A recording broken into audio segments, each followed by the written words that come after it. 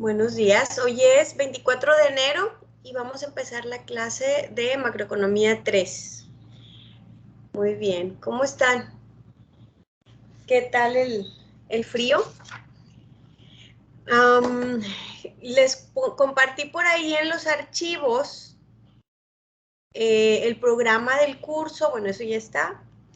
También les puse lo que es los exámenes, porque vamos a tener exámenes cada 2 semanas. Ahí les puse el cronograma para que lo tengan ahí, que no se nos olvide, porque como no es una semana sí y una no.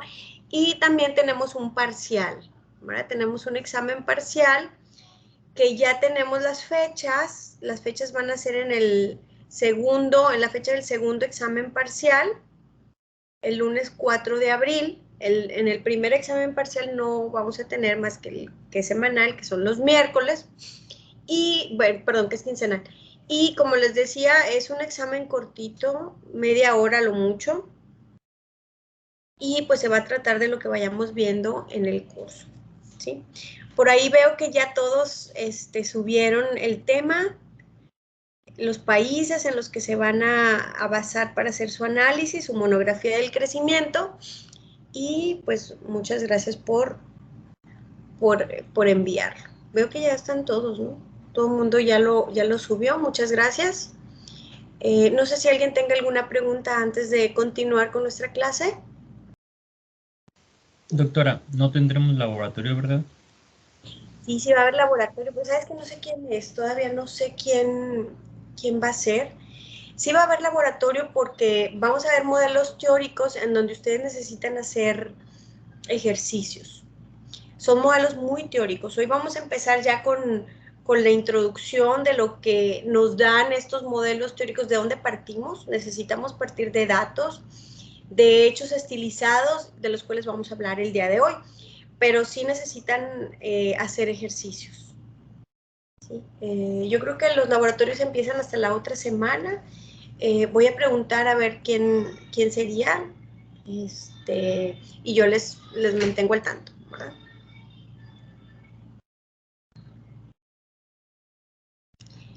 ¿Sí? ¿Alguna otra pregunta? ¿No? Bueno, muy bien. Ahí les voy a compartir entonces la primera presentación. Esta es una de las pocas presentaciones que veremos así en presentación de PowerPoint. Todas las demás presentaciones pues van a ser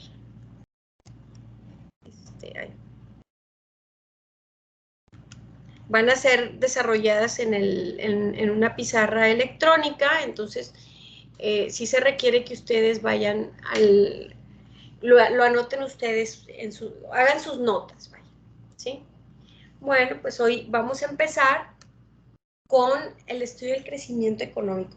Pero antes de ver qué es crecimiento económico, me gustaría, antes de mostrarles la definición, no sé si alguien quisiera decir qué es lo que entienden por crecimiento económico. ¿Se puede ver el crecimiento económico? ¿Es algo que todos los países quisieran tener? ¿Y por qué en algunos países pudiera no haber crecimiento económico?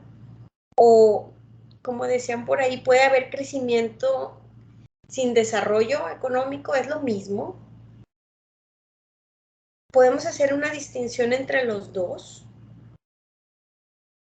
No sé si alguien quisiera participar. O si no, pues los veo acá en la lista, ¿no? Veo quién está aquí y ya los menciono por su nombre, ¿no? Yo diría que crecimiento económico es el avance de una economía. Muy bien, muy bien.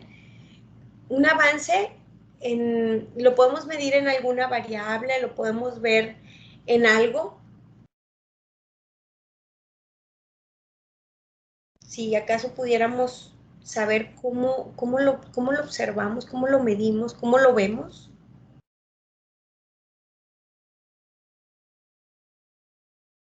Usualmente se usa el PIB. ¿Qué, perdón? No escuché bien. El Producto Interno Bruto.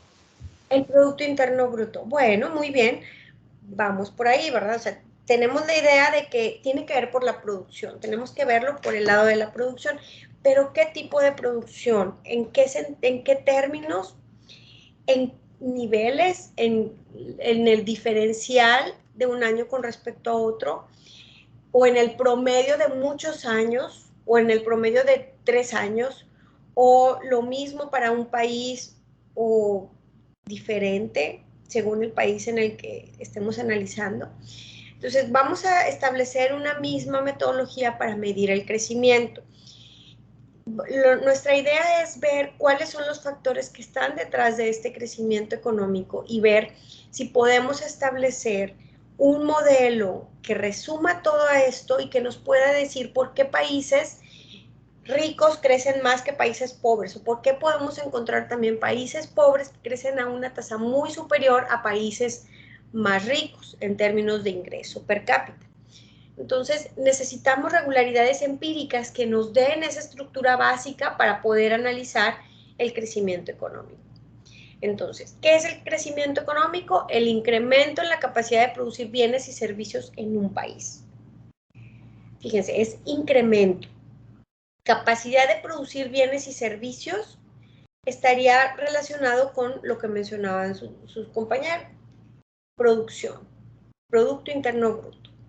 Pero para medir el crecimiento tendríamos que ver el incremento de esta capacidad de producir, ya sea viéndolo a través del ingreso, nivel o condiciones de vida, que pues se podría resumir al PIB per cápita, ¿verdad? El PIB per cápita es un buen indicador de la prosperidad económica y su crecimiento, o sea, la diferencia de un PIB de un año con respecto al otro, eso es lo que nos va a dar el indicador del crecimiento económico.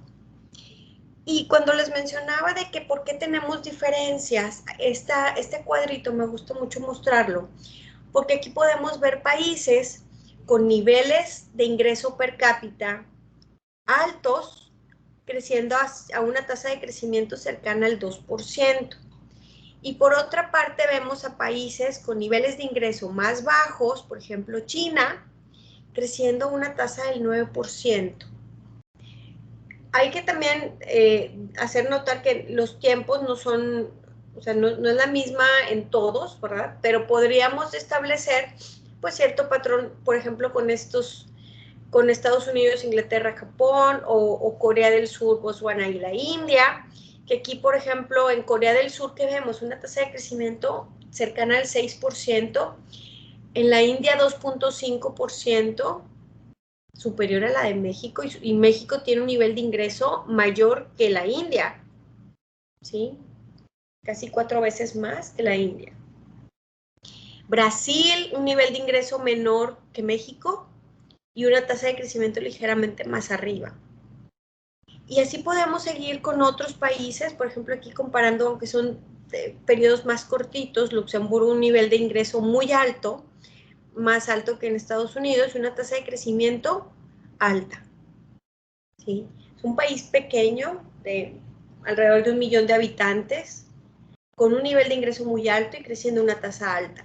Entonces, como que se sale del patrón de estos otros en donde el nivel de ingreso es muy alto y tienen tasas de crecimiento bajas. Botswana es un país que si lo comparamos con Corea del Sur, pues su ingreso es muy bajo, ¿verdad? Considerando el 60 al 2000. Y tiene una tasa de crecimiento, pues, alrededor del 5%. No tan cercana, bueno, relativamente cercana a la de Corea del Sur y el doble de la India. Y en la India tiene el ingreso, o sea, su ingreso es el doble de la India. También su tasa de crecimiento es el doble. Y es un país africano en donde la mayoría de los países africanos crecen a una tasa negativa o una tasa cercana al cero y niveles de ingreso mucho más bajos. Entonces, ¿cómo podemos establecer nosotros alguna teoría que nos pueda decir por qué hay países que crecen más, por qué hay países que crecen menos, y podemos nosotros establecerlos de acuerdo al nivel de ingreso que se tenga en ese momento o como promedio de ese periodo? Esa es la pregunta que nosotros queremos responder. por qué observamos estas diferencias en las tasas de crecimiento y también en los niveles de vida. Ahora, si hablamos de niveles iniciales, aquí, por ejemplo, fíjense que vemos desde 1870. Para poder analizar el crecimiento, pues sí necesitamos irnos muy atrás en la historia. El largo plazo no son 10 años, 20, son al menos 100 años para poder encontrar o para poder entender la evolución de estas variables. Y sí importa en dónde empezamos. Si hay países que empiezan a crecer cada año a menos de 1%, pues no van a crecer, no van a acumular un nivel de vida tan alto como países que empezaron a crecer más de un 1% en cada año. O sea, acumulado, eso los puede llevar a alcanzar un nivel de crecimiento mucho mayor en el futuro, pero también, ¿qué es lo que está pasando? Porque hay algunos países con niveles de renta muy altos y cuyas tasas de crecimiento pues son menores que otros países con niveles de ingreso más bajos. ¿Sí? Esa es la pregunta que nosotros queremos responder con nuestra teoría y lo vamos a lograr con un modelo muy básico que poco a poco lo vamos a ir relajando, o sea, relajando sus supuestos para poder ver si los supuestos que nosotros estamos haciendo es lo que nos está llevando a llegar a esas conclusiones o cuáles son los factores que determinan el crecimiento en el largo plazo. ¿Sí? ¿Hasta aquí alguna pregunta, algún comentario que quisieran plantear sobre esto? ¿No? ¿Todo bien? ¿Sí me escuchan bien? Sí, sí, lo escuchamos bien. Muy bien, gracias. ¿Alguna pregunta que tengan? ¿No? Bueno. Ahora, si queremos seguir con todo esto de la evolución en el tiempo de las variables, aquí podemos ver el PIB per cápita en dólares para México. No sé si logran ver en la parte de arriba. Es la parte histórica para México, desde 1800 al 2012. Aquí pueden ver que hay puntitos no conectados porque no se cuenta con toda la información, pero podemos ver que desde 1800 el nivel de ingreso es muy cercano, pues está muy bajo, ¿no?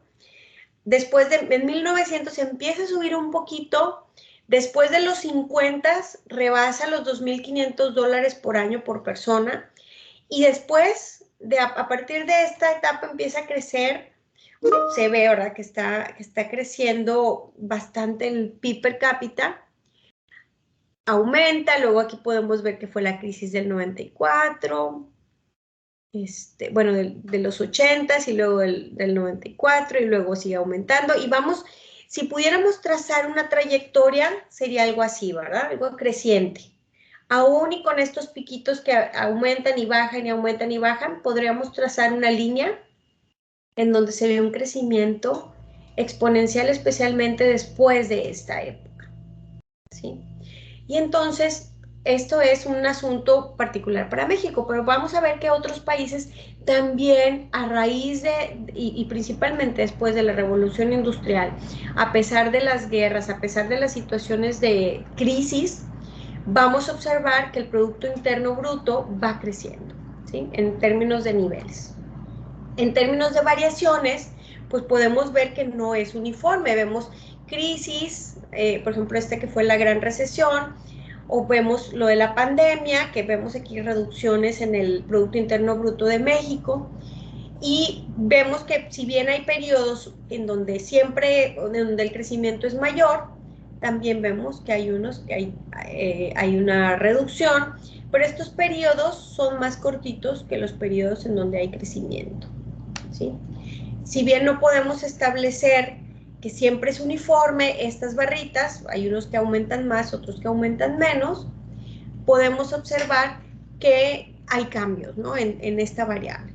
No siempre, o sea, si observamos este 1.81, no es que ese 1.81 siempre lo vamos a observar, o para México, que siempre la barrita va a ser de 2.23, no, este es un promedio. Vamos a tener fluctuaciones, ¿verdad? hacia arriba o hacia abajo, pero en promedio va a estar oscilando alrededor del 2.5 y a lo mejor de aquí, si podemos trazar una línea horizontal promediando todos estos positivos y negativos, pues sí vamos a estar un poquito a lo mejor por debajo del 2. Este es solamente para que vean la evolución del ingreso per cápita en términos de logaritmo, para suavizar un poquito lo que es la serie, y vemos que también va aumentando. Si hay a lo mejor en algunos periodos que va bajando, se ve una tendencia creciente. Bueno, este es el salario medio real, nada más es una comparación. Si vemos tasas de crecimiento para otros países, por ejemplo, del 50 al 2009, vemos que, por ejemplo, China, ¿se acuerdan que era como 9% el crecimiento del 60 al 2000? Vemos que pues el 9%, pues sí está por aquí, este es el 10%, ¿verdad? Aquí está el 10%, y no vemos que sea una línea horizontal, sino que lleva muchas fluctuaciones, ¿sí? En algunos hasta por arriba del 10%, en otras por abajo del 9%, pero siempre se ha distinguido por estar como que con picos por arriba, ¿verdad? México, pues también, ¿verdad? Aquí también podemos ver que estamos desde el 50, en México es el azulito y vemos aquí, pues, más claramente las recesiones que se han visto. Aquí ya está el 2007, pero bueno, si lo siguiéramos extendiendo, observaríamos también los efectos de la pandemia como una reducción. Pero entonces, esos números que vimos son promedios. Cuando vemos el análisis a lo largo del tiempo, pues estas fluctuaciones que vamos a ver pueden ser temporales, pero al momento de analizar el largo plazo, podríamos establecer como una situación en donde, pues, en promedio pasaría esto, ¿sí? Otra forma de verlo es 3 años, bueno, ciertos años, 2008 al 2012, en donde tenemos el ordenamiento de los países según las tasas de crecimiento, y a lo mejor observamos que en China en esos años fue 9.3. En Ecuador, que a lo mejor no esperábamos ver una tasa de crecimiento tan alta, pues se encuentra también en pues, más de 7%. Camboya, República del Congo, Arabia Saudita, Bangladesh, Chile, Afganistán, Uruguay, Malasia, México con 3.9%, Alemania con 3%, Brasil, Jordania, Algeria, Luxemburgo, que vimos que crecía también, a ver, no me acuerdo cuánto crecía, pero crecía bastante, 5.8%, ya después del 2000, o considerando esos tres, ya la tasa de crecimiento es un poco menor. Estados Unidos sigue creciendo más o menos a la misma tasa, 1.7, en el periodo de 1870 al 2000 era 1.8, entonces no ha cambiado mucho esa tasa de crecimiento. Noruega, Dinamarca, Holanda y Nueva Zelanda crecen alrededor del 1%. Entonces no observamos unas tasas de crecimiento tan altas como para ver que tenemos, no sé, una situación como Ecuador, o como qué país desarrollado tenemos que crezca muy alto. Pues aquí en esta selección no vemos algún país tan avanzado que crezca tanto. Tal vez Alemania, que crecía 3%, es de los que están aquí con una tasa más alta. Vamos a expandir el periodo del 60 al 2019, o sea, antes de la pandemia, y entonces vemos que los países de Asia y Pacífico, pues son los que crecen más, ¿verdad? Aquí se ve, China es el de los países que más empujan esta tasa de crecimiento. Sí vemos que casi todos caen, ¿verdad? Por aquí. La Unión Europea, los países de Latinoamérica, que son los que más se observan que cayeron en los 80s. Y pues podemos ver que más o menos algunas recesiones van como que, así, ¿cómo se puede decir? Apareadas, o van más o menos, van sincronizadas, ¿sí? Por acá están algunas variaciones que no. Pero entonces, estas variaciones pudieran darnos idea de lo que pasa con las crisis o con las recesiones. Para eso hay toda una teoría de ciclos económicos reales. O sea, un ciclo económico es un periodo de crecimiento y luego uno de recesión y luego recuperación y así te vas, ¿no? Vas a tener varios ciclos en la economía, de tal forma que el crecimiento pues sería el promedio de esos crecimientos y esas recesiones, ¿sí? Acá tenemos otros países en donde también observamos a lo mejor una mayor sincronía, a pesar de no ser países vecinos, podemos ver más o menos que siguen eso, pero también observamos que no siempre están creciendo, no siempre crecen a la misma tasa, algunas veces sí, algunas veces no, algunas veces algunos tienen una recesión, otros no tanto. Entonces, hay muchas cosas que podemos decir, bueno, esto no es relevante para el análisis, pero esto sí. ¿Okay? Acá tenemos otros países, Botswana, Corea del Sur y la India, que los teníamos por ahí analizados. ¿Se acuerdan que Corea y Botswana tenían una tasa de crecimiento por arriba del 5%? Vemos aquí que Botswana incluso superó en algún periodo de tiempo el 20% del crecimiento. No es sostenible, ¿verdad? Aumentó, pero luego bajó y luego más o menos osciló y así sigue, hasta que más o menos se estaciona por abajo del 10. Entonces, en promedio, pues sí es como alrededor del 5.1%, pero vemos estas fluctuaciones. ¿Qué es lo que pudo hacer que sacaran o que salieran estos crecimientos o estas recesiones en estas economías? ¿Podemos nosotros obtener información de estas fluctuaciones? ¿Podemos nosotros obtener información del nivel de ingreso que tenían y cómo fue evolucionando esta economía?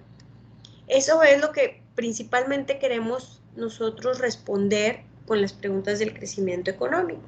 Aquí tenemos a México y a Brasil.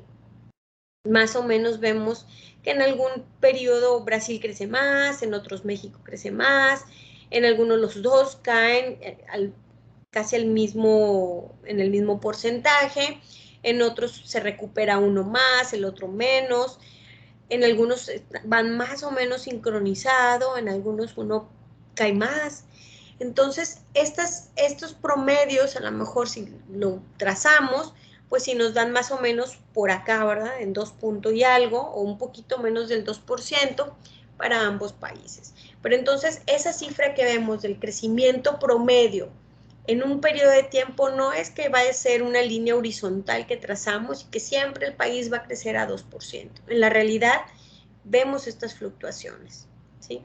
Acá vemos otros países que a lo mejor las fluctuaciones también es la escala, ¿verdad? No es que fluctúen menos, es más bien que también hay unos muy negativos, ¿verdad? Unos periodos en donde la tasa de crecimiento se reduce demasiado, pero en otros en donde aumenta demasiado. Entonces, estas fluctuaciones ahí están.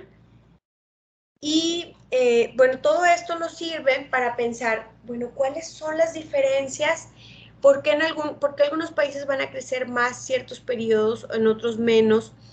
¿Cómo podemos nosotros entender toda esta información y hacer la teoría? Aquí lo que les estoy presentando es el Producto Interno Bruto de Estados Unidos, de China, Japón, de las 15 economías que más producen en el mundo. Estas son las cifras más recientes para el 2020. ¿Y qué observamos? Estados Unidos está por arriba de China, pero China es también un país que supera por mucho a Japón o inclusive a Alemania. Y vemos que también pues China es un país que crece a tasas muy altas. Sin embargo, Estados Unidos no crece a tasas tan altas como China. Y vemos por otra parte Corea del Sur, con un PIB general, pues sustancialmente por abajo de China, pero también está creciendo a una tasa, pues no tan alta como el 9%, pero sí una tasa superior al 5%. ¿Qué podemos establecer sobre esto? ¿Podríamos nosotros entender o llegar a entender las diferencias en las tasas de crecimiento a largo plazo? Si estas diferencias se deben a la productividad, a la cantidad de bienes y servicios que puede producir un trabajador por cada hora trabajada, ¿podríamos nosotros pensar todo esto y olvidarnos un poquito de los países y olvidarnos de cómo fluctúan todo eso y hacerlo un modelo muy sencillo partiendo de una economía en donde no tengamos más que una sola persona. Por ejemplo, la economía de Robinson Crusoe. ¿Han escuchado acerca de esta historia? Seguramente en sus cursos de micro. ¿Alguien que quisiera comentar si es que lo han visto o si conocen a qué nos referimos con esta economía de Robinson Crusoe? Sí, lo vimos en teoría de micro, donde era una persona que producía coco, era de que su propio empleador, pero también era su empleado. Muy bien, exactamente.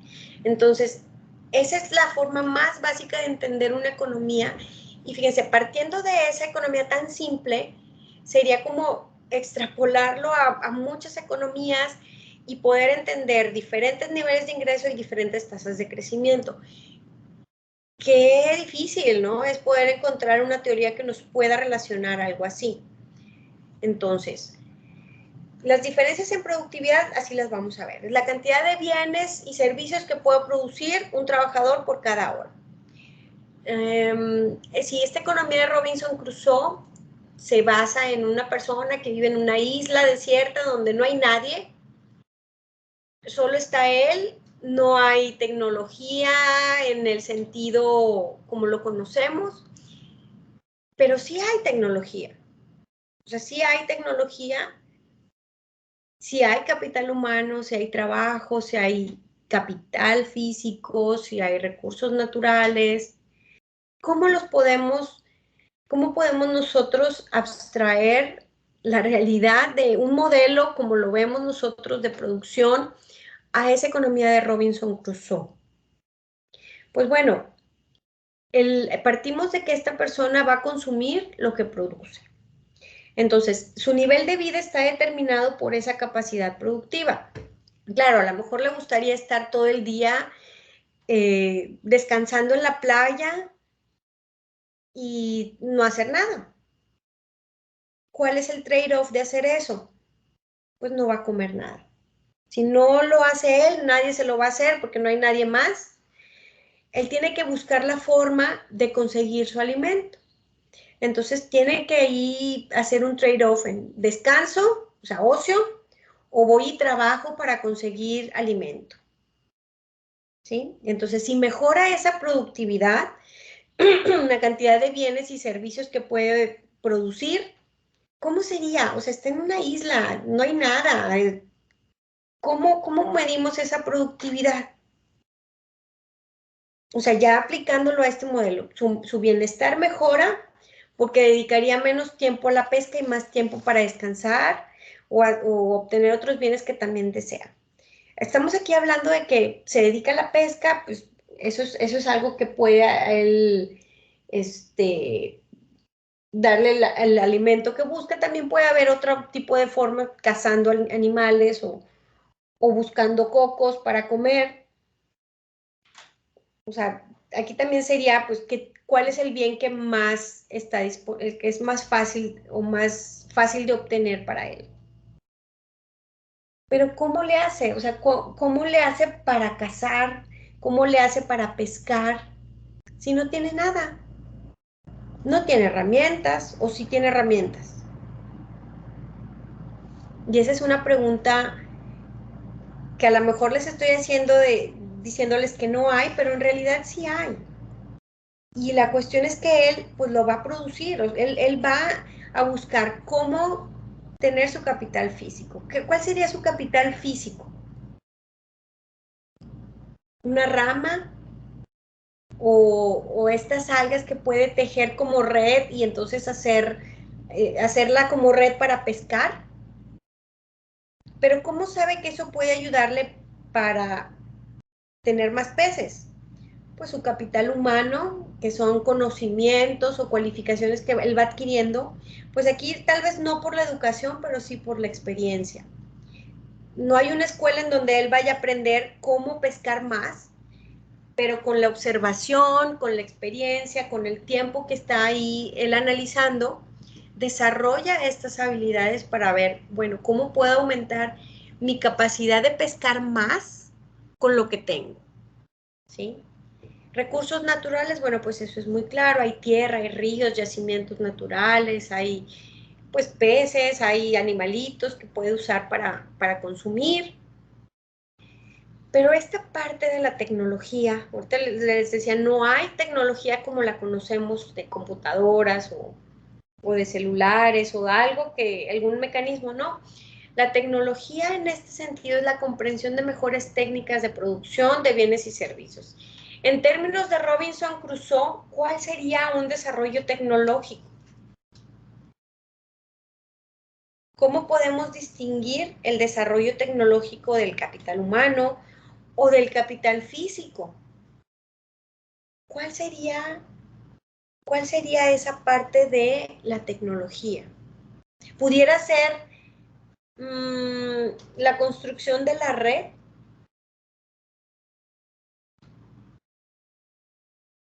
Porque también puede ser un capital físico que utilice una lanza, ¿sí? Está bien difícil pescar así, ¿no? Con una lanza.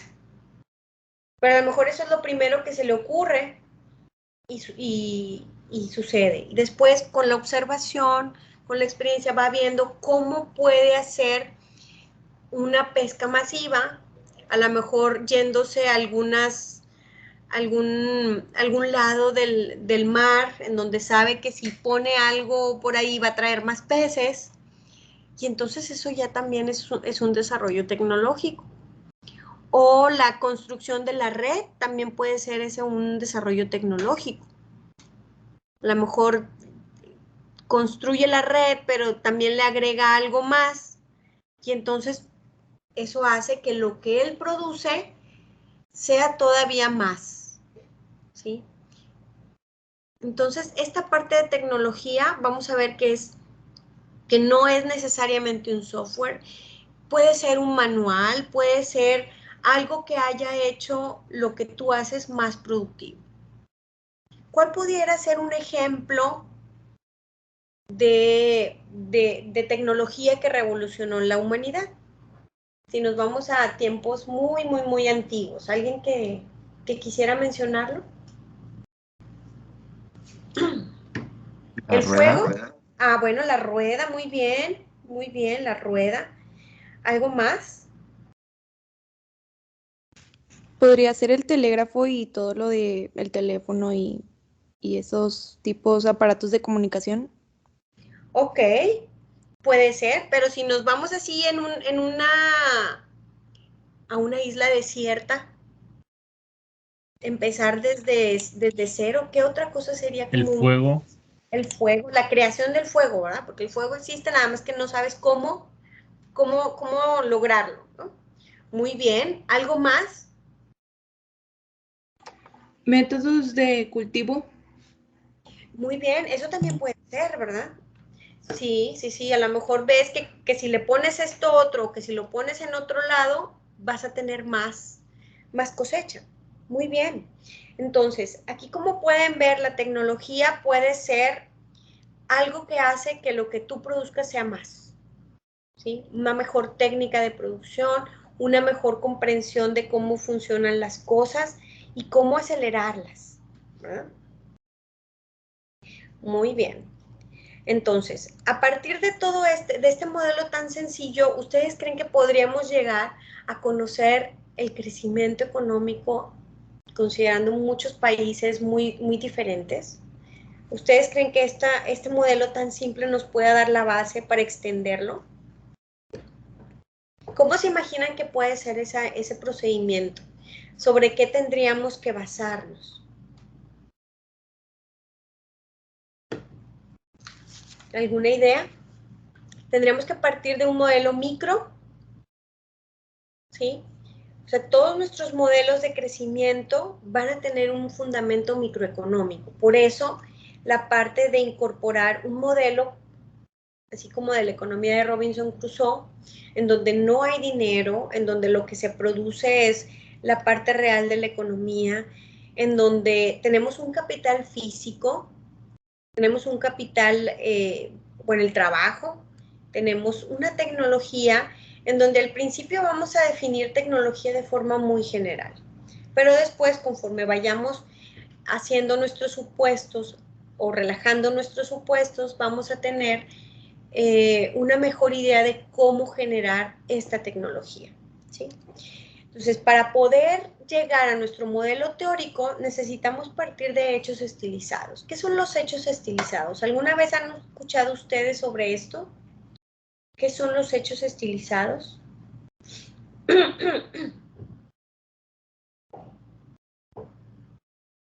¿No? No, nunca. Son regularidades empíricas, algo que se observa no solamente en un país, en muchos países, son generalizaciones de resultados empíricos. Algo que se observa en muchos países durante mucho tiempo. Esa es una generalización. Recuerden que lo que necesitamos nosotros es encontrar coincidencias generales que nos permitan llegar a un modelo muy sencillo que pueda ayudarnos a entender diferencias en tasas de crecimiento y en niveles de vida. Entonces, estos 6 hechos estilizados de Kaldor son los que nos dan la pauta para continuar con nuestro modelo teórico. Por un lado, la producción per cápita crece a través del tiempo. No se reduce. ¿Lo vimos en nuestros datos?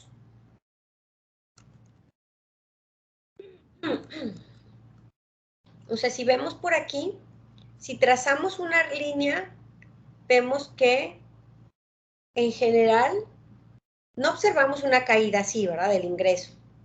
No. El producto per cápita aumenta. Siempre va aumentando. Aún y cuando veamos estas reducciones, en promedio siempre va aumentando. ¿Okay? A esto se refiere el primer hecho estilizado. El segundo, el capital físico por trabajador crece a través del tiempo. Eso es algo que se ha encontrado. El capital per cápita, el capital que tiene cada persona, también va creciendo a través del tiempo. La tasa de rendimiento del capital es casi constante. ¿Cuál es la tasa del rendimiento del capital? ¿Ustedes lo conocen o lo han visto? ¿Saben cuál es esa tasa de rendimiento del capital?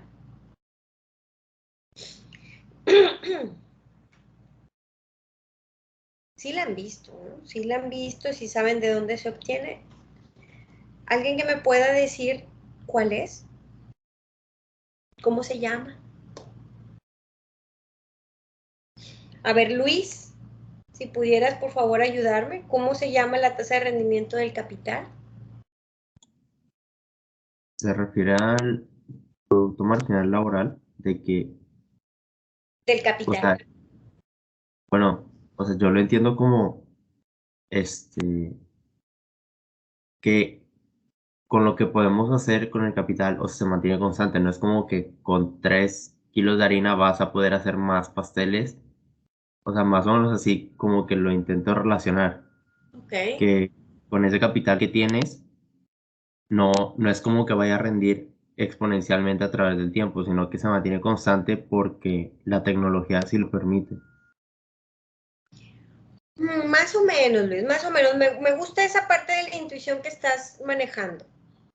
Más o menos. O sea, la tasa de rendimiento del capital, que sea constante, tiene que ver con algo de las decisiones. Muy bien. Pero nosotros la conocemos como la tasa de interés. ¿Verdad? Lo que tienes que pagar. Tú tienes un capital, ya sea financiero, que es el más fácil, ¿verdad?, de relacionar. Tú tienes un dinero y quieres que te den un rendimiento por eso, es la tasa de interés, ¿verdad? Ahora, ¿por qué es casi constante? ¿Qué pasa cuando en un país empieza a dar una tasa de rendimiento de tu capital bien alta? ¿Qué van a querer hacer las personas? Pues ir a invertir a ese país. ¿Qué es lo que va a pasar en el largo plazo? Pues, ¿qué va a pasar en el largo plazo? Pues también va a tender a bajar porque ya no vas a poder darles ese mismo rendimiento y entonces la tasa de interés va a ser constante. Va a ser la misma en todos los países y no va a estar aumentando, ¿sí? Eso tiene que ver con el arbitraje. Arbitraje que es un comportamiento en donde pues vas a buscar siempre el mejor beneficio para ti, pero al momento en el que todo el mundo hace lo mismo, la situación se hace igual para todos, ¿sí? La tasa de rendimiento del capital es casi constante, a eso se refiere. Ahora, podremos pensar, oigan, pero la tasa de rendimiento del capital no es igual en todos los países. Bueno, pues no, puede no ser igual, pero la tasa de crecimiento es más o menos, se ha mantenido en el mismo nivel, ¿verdad? En cada país. Casi no cambia mucho. Y a lo mejor podríamos decir, a lo mejor en este país no se cumple tanto. Bueno, puede ser, pero otra vez, estas son generalizaciones, ¿ok? La razón de capital físico y producción es casi constante. Si vemos las primeras dos, que la producción crece a través del tiempo, el capital físico crece a través del tiempo. ¿Qué podemos observar o qué podemos deducir de esas dos? Que la razón entre la 1 y la 2 va a ser constante.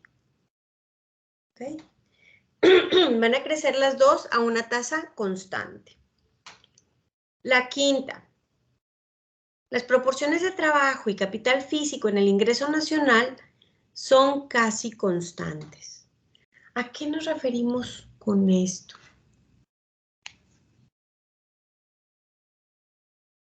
No sé si alguien quiera intentar desmenuzar a qué nos referimos con esto. ¿No? A ver, déjenme. A ver, Marisa, ¿está por aquí Marisa? Sí, Sí, aquí estoy. Muy bien, Marisa. ¿Se refiere al punto número 5? Al 5, exactamente. Aquí no espero que sepan cuál es, ¿verdad? Quiero que pensemos juntos, ¿sí? ¿A qué puedes estar refiriendo? ¿Sí? Uh-huh. A ver, déjeme pensar tantito. Sí. ¿Cuáles serían las proporciones de trabajo o las proporciones de capital físico, Marisa? ¿Cómo las podríamos interpretar? ¿A qué nos estamos refiriendo? Bueno, yo me imagino como ese ejemplo que veíamos en intro a la micro y así, que por ejemplo, para una computadora se ocupa un secretario, una secretaria o un programador. Entonces es como que proporcional. No puedes aumentar mucho el capital físico sin en algún punto aumentar el trabajo o viceversa. O sea, si hay mucho trabajo y poco capital físico, pues ese trabajo se está desperdiciando. Entonces es como que tiene que ir proporcional. Muy bien, Marisa, me gusta cómo lo hilaste, muy bien. Exactamente, tiene que ver algo con eso, más bien a lo que tú te refieres es la combinación de capital y trabajo dentro de la función de producción, muy bien. Aquí a lo que nos referimos es aparte de que en el tiempo es constante, ¿sí? O sea, es eso, pero aparte es que esas razones no cambian en el tiempo, ¿sí? Si siempre utilizas de todos los insumos que tienes, 2/3 partes van corresponde al trabajo, 1/3 parte corresponde al capital, y esas proporciones no cambian, son casi constantes en el tiempo. O sea, siempre va a ser 2/3 de trabajador y 1/3 del capital físico, ¿sí? A eso nos referimos. ¿Quién aporta más al ingreso, si lo quisiéramos ver como forma del ingreso nacional? Pues la mayor parte proviene del trabajo, 2/3 partes provienen del ingreso laboral o 1/3 parte del capital físico. Si lo queremos ver a nivel de familia, pues ahí es a lo mejor un poquito más claro. El ingreso familiar proviene principalmente del ingreso laboral, ¿sí? Y una parte más pequeña del ingreso por rentas, del ingreso por capital o de algún otro recurso que no es laboral, ¿sí? Más o menos. ¿Vamos bien hasta ahorita? Y otro de los hechos estilizados, que es el que acabamos de ver en nuestro cuadrito, es que la tasa de crecimiento de la producción per cápita difiere sustancialmente entre países. O sea, no podemos, a pesar de tener que en todos la producción per cápita aumenta, que el capital físico por trabajador también aumenta, que esa razón de capital físico y producción es casi constante, que el rendimiento del capital es casi constante, que las razones de capital o la contribución del capital en el ingreso, la contribución del trabajo al ingreso se ha mantenido constante, aún así observamos diferencias sustanciales en las tasas de crecimiento de la producción entre países, ¿sí? Entonces, esto no nos ayuda para entender las diferencias, pero incorporando los hechos estilizados, probablemente podríamos nosotros establecer alguna lógica, algo que nos ayude a construir nuestro modelo, ¿sí? Y entonces, el modelo neoclásico de Solow Swan es un modelo, la base del crecimiento económico que nos va a permitir construir ese modelo. Y pues una pregunta que tenemos que hacernos es si existe una relación entre el crecimiento a largo plazo y el ahorro o la inversión en capital físico. ¿Por qué hablamos solo del capital físico? No estamos hablando más sobre el trabajo, ¿sí? O sea, el trabajo son las personas, ahí están. Por lo pronto lo vamos a mantener de forma exógena. No vamos a hablar de la determinación del número de trabajadores o la determinación de la población, sino que nos vamos a basar en el capital físico, ¿sí? Y aquí sería, bueno, si ahorras más, ¿vas a crecer más? La cuestión es que existe una relación positiva. El problema es que existe una endogeneidad. ¿A qué nos referimos? Países más ricos van a ahorrar más, pero también un mayor ahorro hace que puedas crecer más. Entonces, ¿qué fue primero? ¿El ahorro? O sin el crecimiento, pues tampoco puedes ahorrar, o si ahorras mucho, eso puede hacer que crezcas más. O sea, realmente es difícil en forma empírica establecer cuál es la relación, ¿no? Sincero. Pero pues sabemos que esa relación va a ser positiva. Ya establecimos ahí una relación lógica. Entonces, ahora lo que vamos a hacer es tener un modelo teórico que aísle estos efectos de la realidad que a lo mejor podrían ser irrelevantes para responder esta pregunta. Y cuando hablamos de cosas irrelevantes, puede ser a lo mejor subjetivo para algunas personas o a lo mejor no, ¿verdad? A lo mejor hay cosas que dices, bueno, ¿por qué irrelevante? Por ejemplo, la población. No es que sea irrelevante, pero sí tenemos que suponer que por lo pronto la determinación de cuántos hijos se tienen o cómo va a crecer la población no es relevante para entender el crecimiento económico hasta ahorita.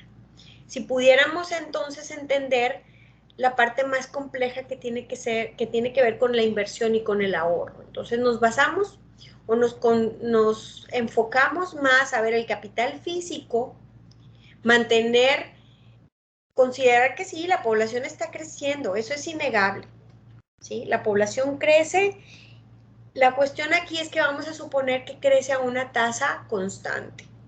Cuando ustedes veían en sus modelos estáticos, decían, bueno, esta variable la mantenemos constante y ya, no cambia.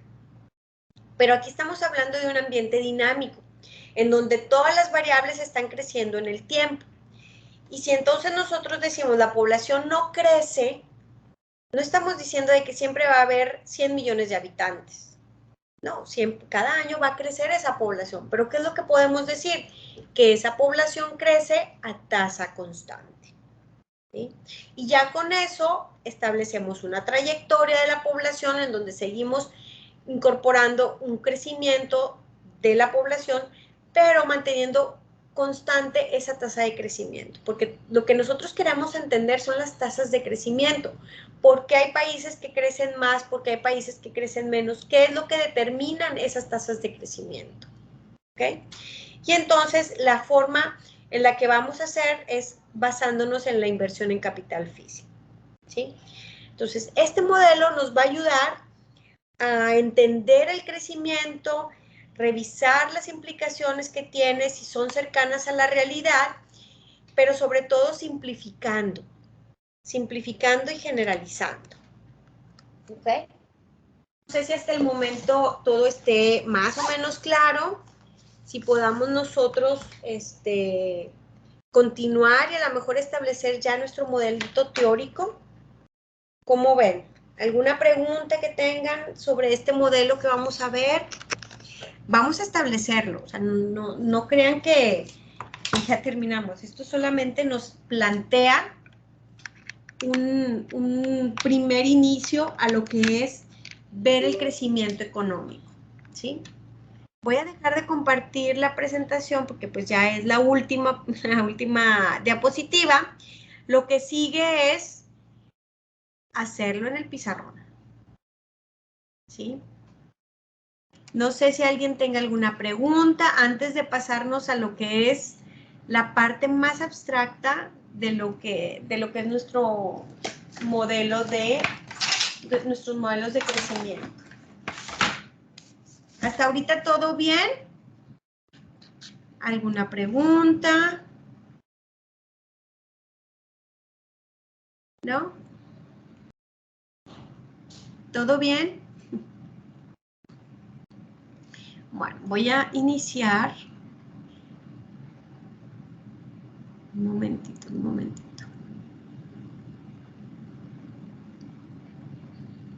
Ahí está. Les voy a compartir mi pantalla en donde ya vamos a empezar a desarrollar nuestro modelo. Ustedes me dicen si logran verla. ¿Sí? Alguien que por favor me diga si logran ver. Sí, se ve. ¿Sí se ve? Ay, sí, muchas gracias. Entonces, vamos a ver los modelos de crecimiento económico. Entonces, hablábamos de que vamos a usar el modelo de Solow-Swan, el modelo de crecimiento, el modelo neoclásico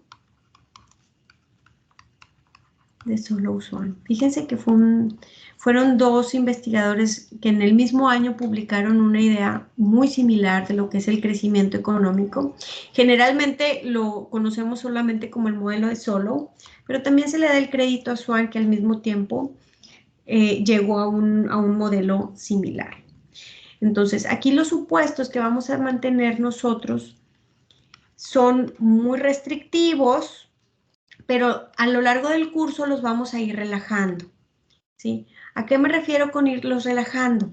A lo mejor nosotros empezamos con un modelo de Solow en donde la tasa de ahorro es constante y conforme aumentemos o conforme cambiemos de modelo, podemos relajar esa tasa de ahorro a que no sea constante. ¿Cómo le podemos hacer para que no sea constante?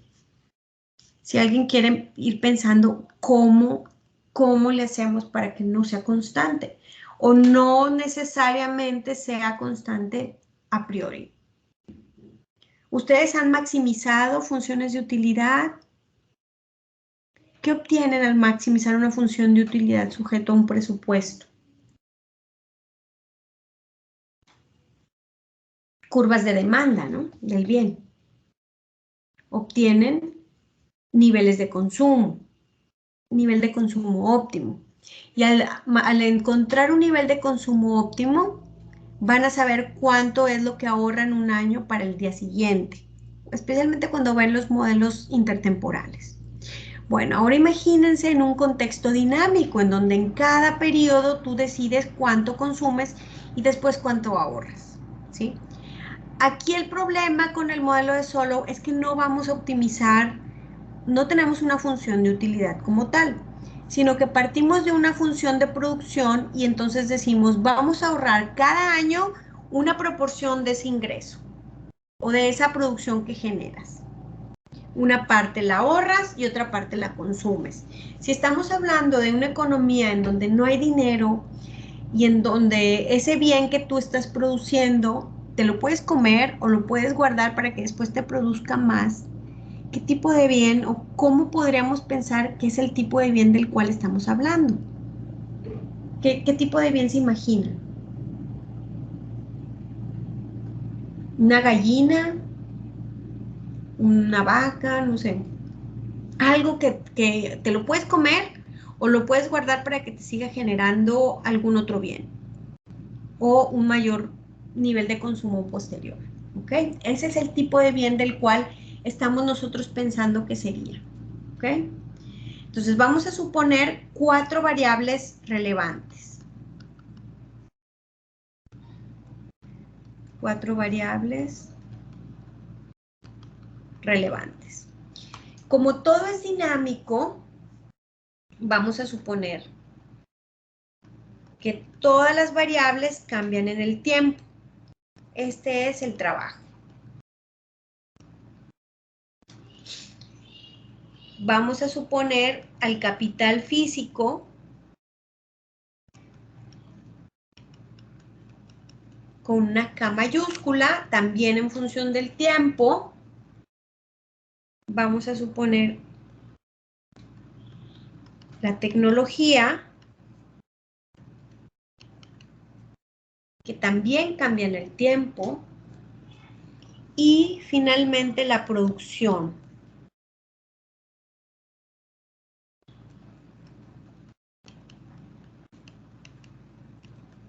La producción agregada que también cambia en el tiempo.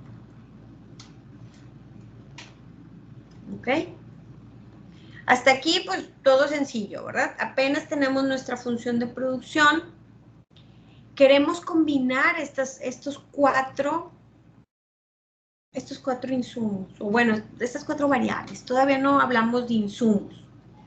Pero si nosotros quisiéramos establecer una relación o una combinación de variables, podríamos decir que el capital y el trabajo, pues generalmente se usan al mismo tiempo, ¿verdad? Tienes una máquina y a lo mejor le asignas un trabajador, o a lo mejor la necesitan manejar 2 trabajadores.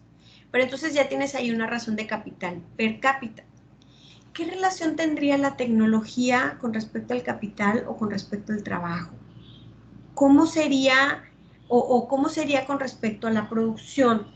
¿O pudiéramos nosotros establecer alguna conexión entre, o conexión o diferencia entre la tecnología y los insumos de capital y trabajo? ¿Son lo mismo? ¿Los podríamos medir igual? ¿O cuál es la diferencia? ¿Cuál sería la diferencia? ¿O no vemos diferencia? Si duplicamos capital y trabajo, ¿también podemos duplicar tecnología? ¿Qué piensan? No, es que la tecnología depende más como de cómo esté la sociedad actual, o sea, de los instrumentos que se usen, de las técnicas. Ok. Ok, pero entonces no podríamos, si duplicamos, ¿se acuerdan ustedes de las economías a escala? Si duplicas todos los insumos, duplicas la producción, ¿verdad? Si es rendimientos constantes a escala. Si son rendimientos crecientes a escala, si duplicas capital y trabajo, la producción se duplica en más que proporcional al incremento de los insumos. Pero ¿qué pasa con la tecnología? O sea, sí algo tiene que ver con que pues es lo que está y son las técnicas, pero ¿cuál es la diferencia entre tecnología en el tipo de bien del cual estamos hablando? El capital físico y el capital, perdón, el trabajo. Ya no hablemos de capital humano, hasta ahorita no lo vamos a incorporar precisamente porque puede causar un poco de confusión. El capital humano no existe si no hay trabajo, o sea, si no hay humanos, no existe el capital humano, ¿verdad? Entonces, por eso ese lo dejamos aparte. Pero la tecnología, que puede ser una técnica, que puede ser un protocolo, que puede ser un software, que puede ser algo. Aquí no lo vamos a definir exactamente, o sea, no lo vamos a delimitar. Puede ser algo que hace que el trabajo o el capital sean más eficientes. O inclusive puede ser que la producción como tal sea más productiva, se genere más con esa tecnología. Nosotros vamos a ver distintas formas en la cual la tecnología mejora el capital físico o mejora el trabajo, el factor trabajo. ¿Podremos pensar en alguno? La tecnología ¿Cómo puede mejorar el capital físico? Bueno, a lo mejor con las máquinas es más fácil, ¿no? La tecnología te dan un software y hace que esa máquina que tienes sea más productiva. Eso es probablemente la forma más sencilla de entender el efecto de la tecnología en el capital físico. Bueno, la máquina está así o la computadora está así, pero ya salió un nuevo software, instálalo y vas a ver que te va a correr todo eso en menos tiempo. Ahí está un ejemplo súper claro de cómo la tecnología mejora la productividad de tu capital físico. Algo que pueda mejorar la tecnología, el trabajo, el factor trabajo. ¿Alguien puede pensar en algún ejemplo? Pueden ser en los procedimientos, o sea, no se me ocurre algún procedimiento en específico, pero a lo mejor en las empresas se está usando cierta metodología y luego pues se descubre que otra forma de hacer ese mismo de generar esa misma producción, pero con otras técnicas diferentes. Muy bien, exactamente, ¿verdad? Eso puede ser un manual, puede ser un protocolo, puede ser algo que te dice, tienes que hacer esto y haces esto, y entonces ese protocolo ya vio errores que pudieran cometerse y te los evita y entonces eres más productivo, haces más en el tiempo que tienes, produces más.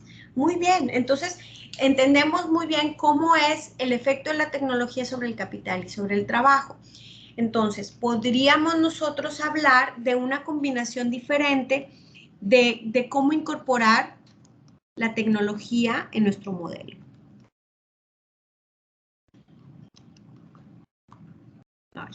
¿Saben que la tecnología va a ser una variable? Va a ser la variable, ya de una vez se los adelanto, va a ser la variable más importante en el crecimiento sostenido de largo plazo en cualquier país. ¿Cómo incorporar la tecnología? Okay. Eso es lo que queremos ver. Podemos tener una función de producción. ¿La función de producción qué es? Es una ecuación que nos dice cómo vamos a combinar los insumos para llegar a producir el bien final.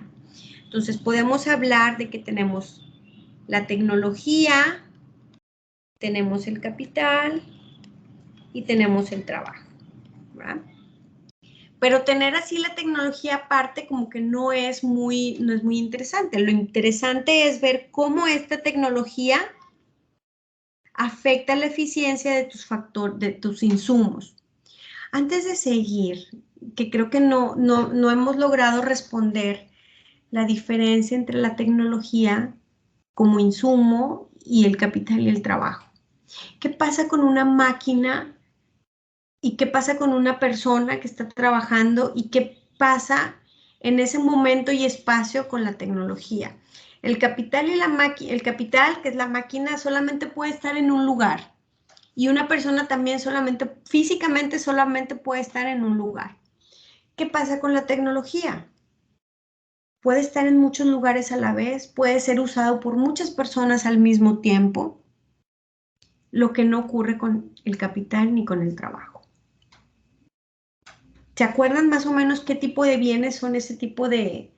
¿Qué características tienen ese tipo de bienes?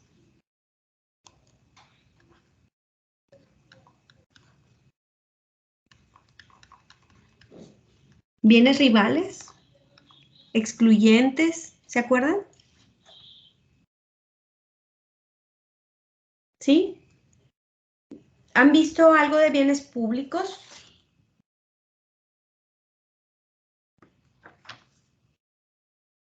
¿No? ¿Bienes privados? Sí, vimos eso un poco en micro 3. Ok, muy bien. Entonces, aquí la cuestión es que la tecnología no es un bien rival. El capital y el trabajo son bienes rivales. Están aquí, pueden ser usados solo una vez y ahí. Pero la tecnología no. Por eso, la conveniencia de incluir a la tecnología, ya sea afectando la eficiencia del factor capital o afectando la productividad, ay, perdón, aquí sería del factor trabajo,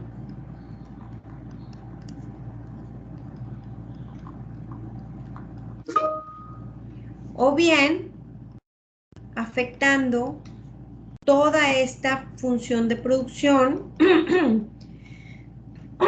perdón, la combinación de capital y trabajo, ¿ok? Sobre todo esto. Esta, la que tenemos aquí, se llama cuando la tecnología aumentadora de capital.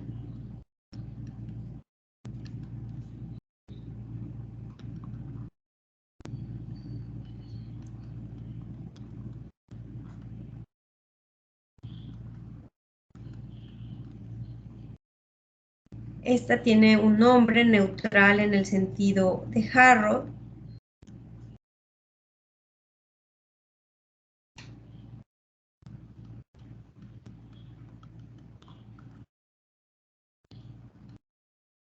Y es aumentadora de la eficiencia del trabajo. También se le llaman unidades de eficiencia, unidades de trabajo efectivo.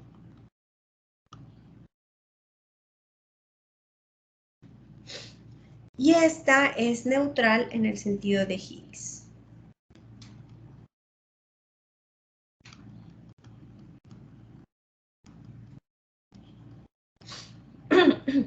¿Sí?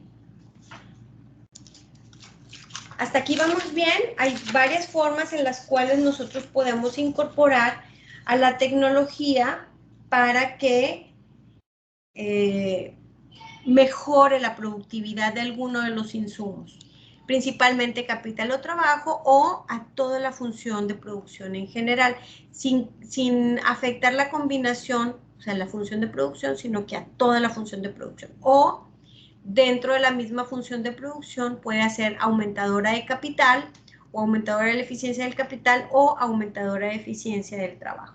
¿Cuál creen ustedes que sea la que vamos a utilizar? Dados los supuestos que hemos visto, los poquitos supuestos que hemos visto, ¿cuál creen que vaya a ser la que vamos a utilizar? ¿La primera, la segunda o la tercera?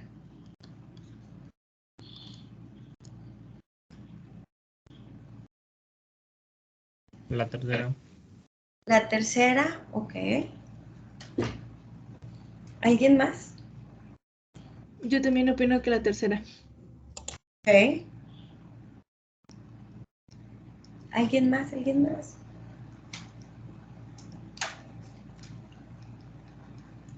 ¿Alguien piensa que la 1 o que la 2? ¿Nadie?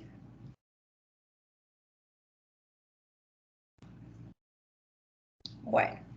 ¿Nadie más tiene alguna idea? ¿No? ¿Todos piensan que la 3? Pues bueno, miren, la verdad es que la 3 no la vamos a usar. La 1 pudiera ser utilizada, la podemos hacer en un ejercicio, pero la que vamos a utilizar es la 2. ¿Por qué la 2 y no la 1 ni la 3? En la 2 tenemos el capital solo. El capital va a ser la forma en la que nosotros podemos ahorrar. Acumulando capital es la forma en la que nosotros podemos ahorrar. En esta función número 2, tenemos que la influencia de la tecnología es directamente sobre el trabajo. ¿Para qué nos sirve establecerlo así? Porque generalmente nosotros medimos capital per cápita, ¿sí? ¿Se acuerdan que vimos en nuestros modelos para ver crecimiento económico el capital per cápita? Pero aquí vamos más allá, no es solamente dividir capital entre L, sino considerar que la tecnología ha tenido un papel relevante en aumentar la eficiencia de este factor trabajo. Entonces, nosotros vamos a utilizar esta forma principalmente porque nos permite considerar dos hechos estilizados. ¿Cuáles serían los dos hechos estilizados que vamos a utilizar y que nos justifican el uso de esta función? ¿Cuál creen que sería? ¿Qué dijimos de la producción? ¿Qué dijimos del capital? ¿Qué dijimos de la razón capital-trabajo? ¿Qué dijimos de, no, perdón, de la razón de capital-producción? ¿Se acuerdan que dijimos algo de que K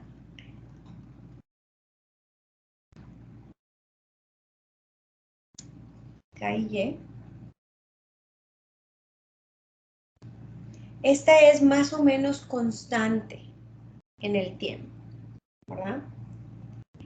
Entonces, al nosotros permitir que esta razón sea constante o que establezcamos esto, es como si dijéramos la tecnología y la población ahí están, son relevantes, pero al mismo tiempo, o sea, son relevantes para producir, pero son irrelevantes para ver la evolución del crecimiento económico. Esa es como que nuestra primera premisa. Al final vamos a ver que esto es bien importante para el crecimiento. Y esa es precisamente la crítica al modelo de Solow. Oye, estás manteniendo esta variable constante y son precisamente esas variables que tú estás manteniendo constantes y exógenas las que te van a explicar el crecimiento en el largo plazo. Entonces, esa es por una parte. Esa es por una parte una de las desventajas, pero la ventaja más importante es que nos logra explicar lo que queríamos explicar, que son las diferencias en las tasas de crecimiento y diferencias en los niveles de vida. ¿Ok? Muy bien, entonces esa sería la que vamos a utilizar cuando nosotros convertimos. Este lo voy a poner así como que entre paréntesis porque era el hecho estilizado que vamos a lograr recuperar al establecer una función en términos de eficiencia del trabajo, que no es nada más que dividir A entre L, todo entre A entre L. Vamos a definir todo con minúsculas, una Y minúscula, esta sería la producción en unidades de trabajo efectivo. Producción, generalmente lo abrevio así, PDN. Producción en unidades de trabajo efectivo.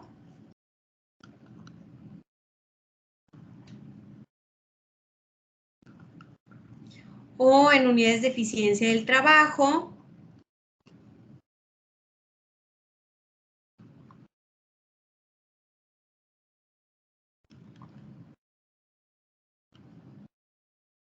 ¿Ok? UTEF,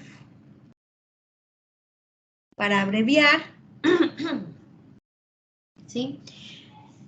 Esto va a ser, cuando hablemos de convertir las variables, a esto nos referimos. ¿Por qué las convertimos? ¿Por qué hacemos todo ese procedimiento para tenerlo en términos relativos y no en términos así, agregados, así como lo tenemos en esta función? ¿Nos puede decir algo que la producción de Estados Unidos sea mayor que la producción de China o que la producción de China sea mayor que la producción de Japón, la producción agregada? ¿Nos puede decir algo con respecto al crecimiento y al nivel de vida?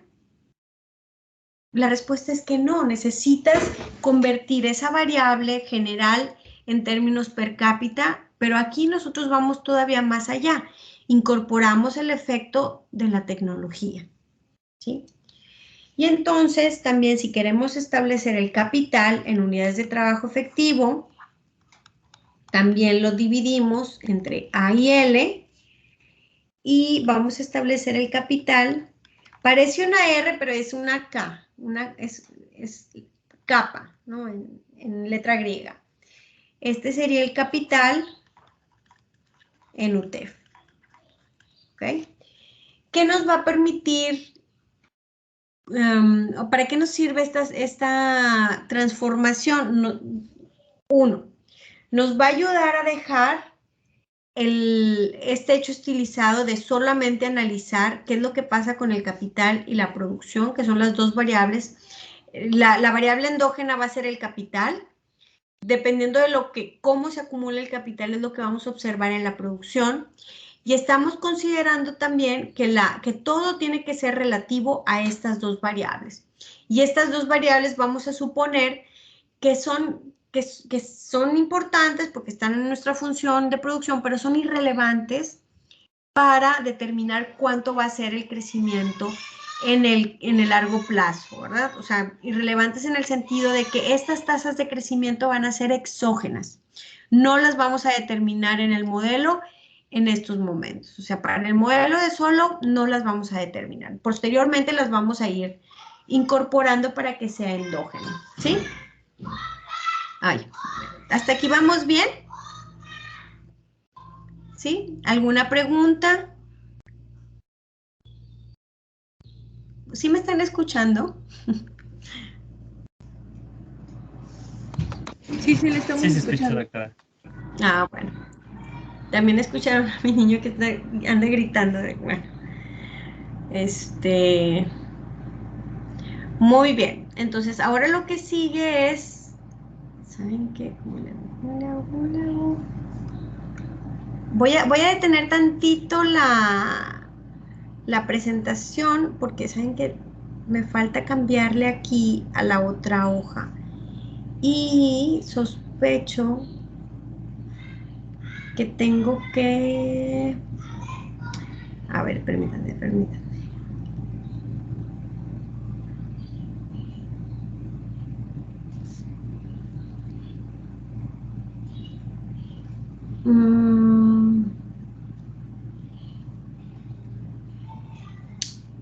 Ah, sí, ya sé, es que la puse en Quick Notes.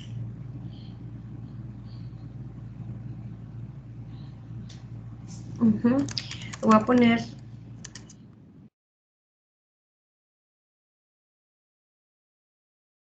Un momentito, ahí voy.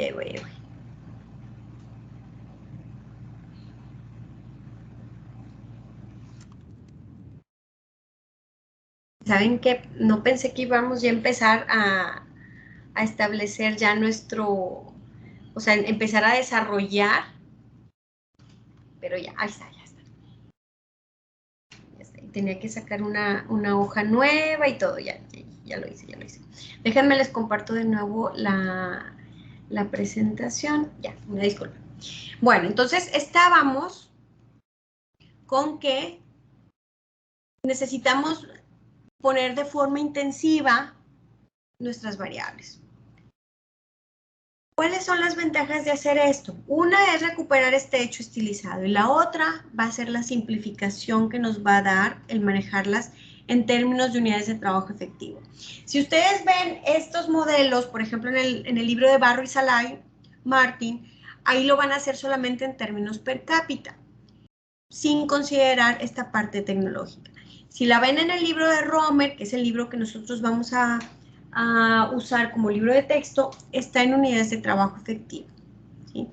Entonces, pueden leer el libro de Barro y Salai Martin para tener la intuición especialmente de cómo construirlo, pero la forma en la que nosotros vamos a seguir el desarrollo es como el libro de Romer, ¿sí? Entonces, es la simplificación por la que nos permite definirlo en unidades de trabajo efectivo, lo que nos va a permitir poder llegar a un equilibrio. ¿Cuál va a ser el tipo de equilibrio que nosotros estamos analizando? Un equilibrio de largo plazo, que no significa que siempre va a estar en ese mismo, o sea, en la realidad ya lo vimos que no es una línea horizontal. ¿Verdad? Esa tasa de crecimiento no es una línea horizontal, es una línea que fluctúa, son puntitos que están fluctuando alrededor de esa línea imaginaria que nosotros podemos trazar, que es el promedio. Nosotros lo que vamos a considerar es que existe una senda de crecimiento en donde es esa línea horizontal o una línea que a lo mejor va creciendo, no sabemos, ¿verdad? A lo mejor para algún país, si observas que esa tasa de crecimiento va creciendo en el tiempo o observas que puedes sacar una línea horizontal y es el promedio. La cuestión aquí es que vamos a llegar a un momento en donde esa tasa de crecimiento ahí se queda. Por ejemplo, en Estados Unidos, 1.8, 1.7, ahí se quedó. Y entonces podemos pensar que esa economía ya llegó a un crecimiento, a un equilibrio en el largo plazo, ¿sí? ¿Cómo pensar si a lo mejor algún otro país que está en un nivel de desarrollo, en un nivel de crecimiento más bajo y está creciendo a tasas, que tiene niveles de ingreso bajos, pero que está creciendo a tasas muy altas, ¿sí? Entonces, esas dos situaciones nos puede servir a nosotros para entender por qué observamos estas diferencias, ¿sí? Entonces, un supuesto importante que necesitamos nosotros que se cumpla es que existan rendimientos constantes a escala.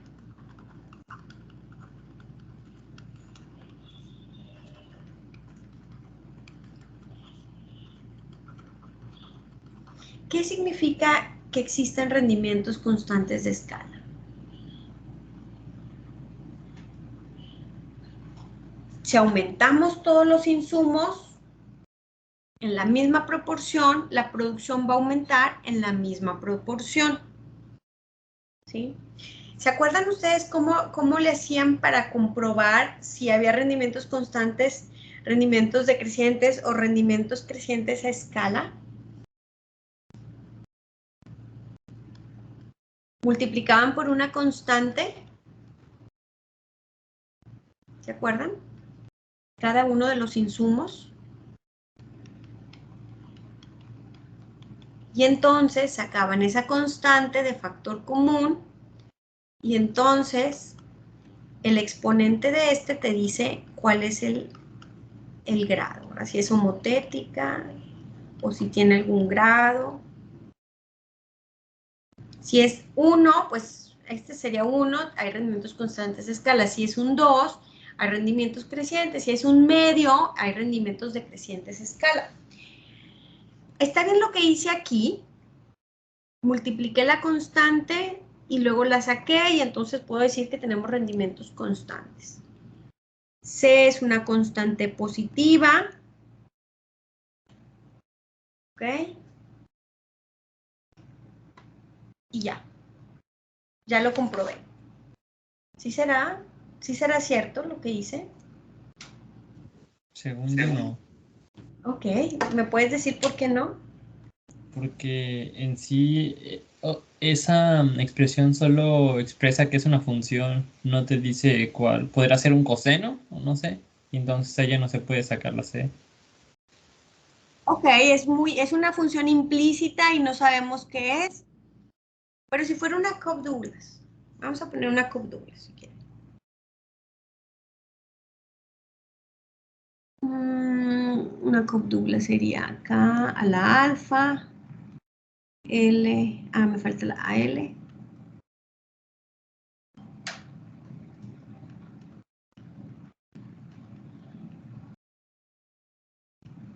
A la 1 menos alfa. Estos exponentes deben de sumar 1, ¿verdad? Vamos a ponerle beta mejor. Alfa más beta deberían de ser igual a 1, ¿verdad? Para que hubiera rendimientos constantes a escala. ¿Sí? Ahora, queremos hacer o revisar si esta es rendimientos constantes de escala. ¿Cómo le hacemos?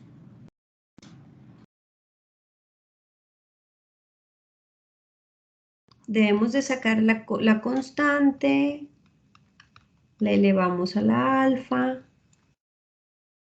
la constante,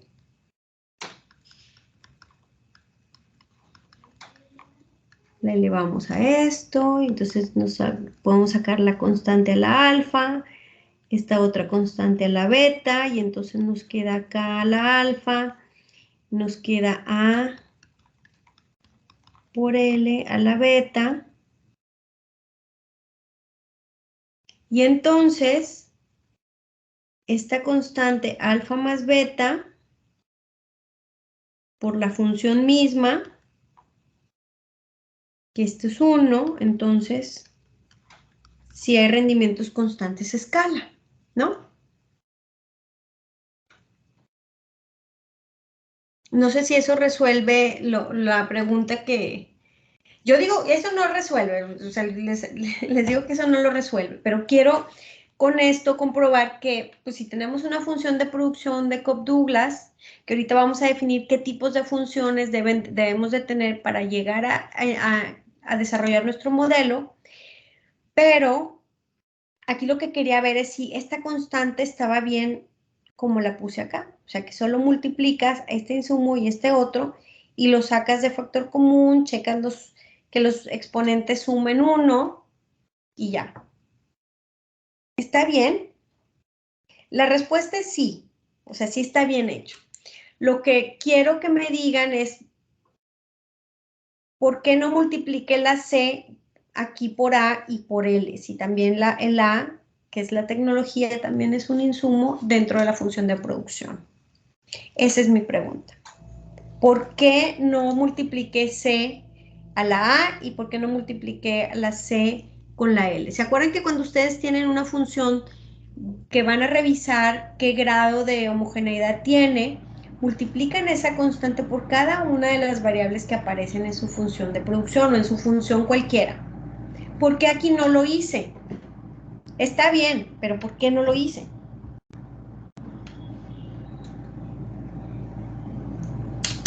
¿Alguien que quiera pensar conmigo por qué no? ¿Cuál sería la diferencia de hacerlo o no hacerlo?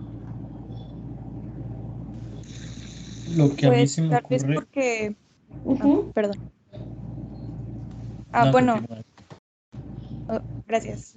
O sea, bueno, yo me imagino que es porque no los estamos viendo como insumos por separados tal cual.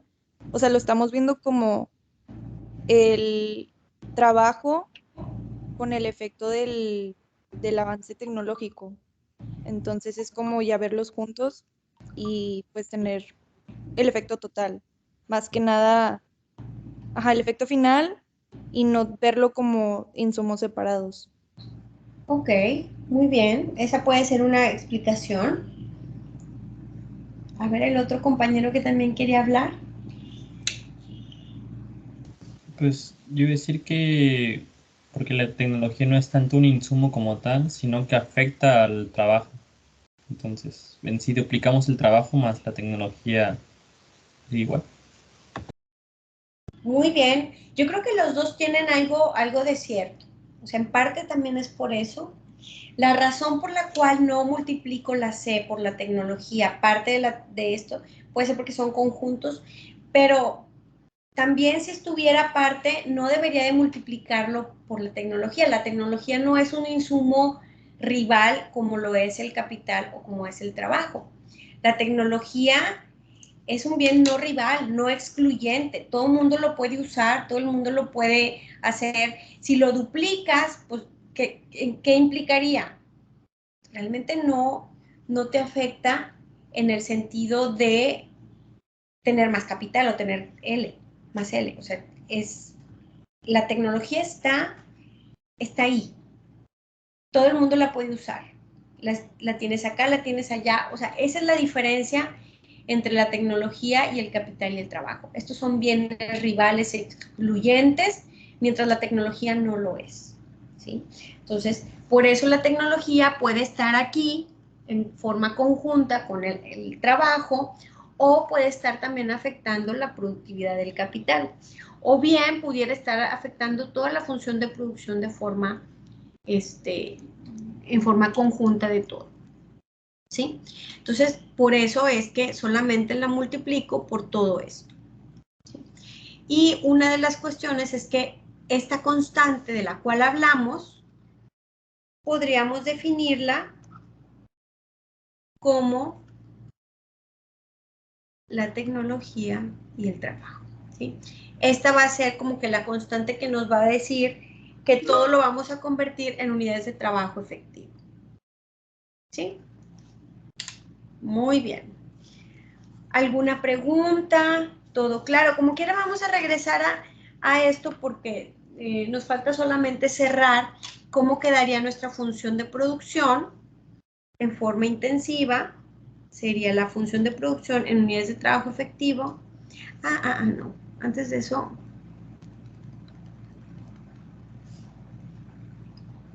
sería la función de producción, la dividimos entre A y L, esta va a ser Y, y entonces Y, dividimos la función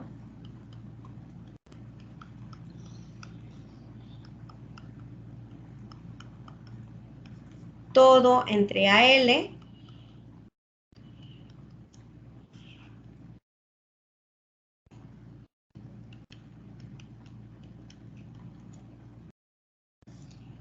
esto nos va a quedar como Y minúscula, como ya la habíamos definido, y esta función va a ser K entre AL y esto 1, ¿verdad? Entonces nos quedaría una K minúscula.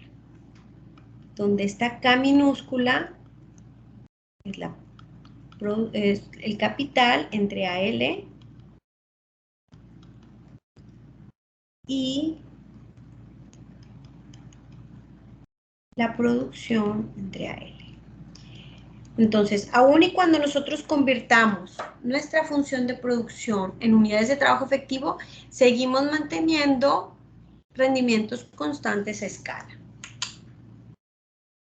¿Sí?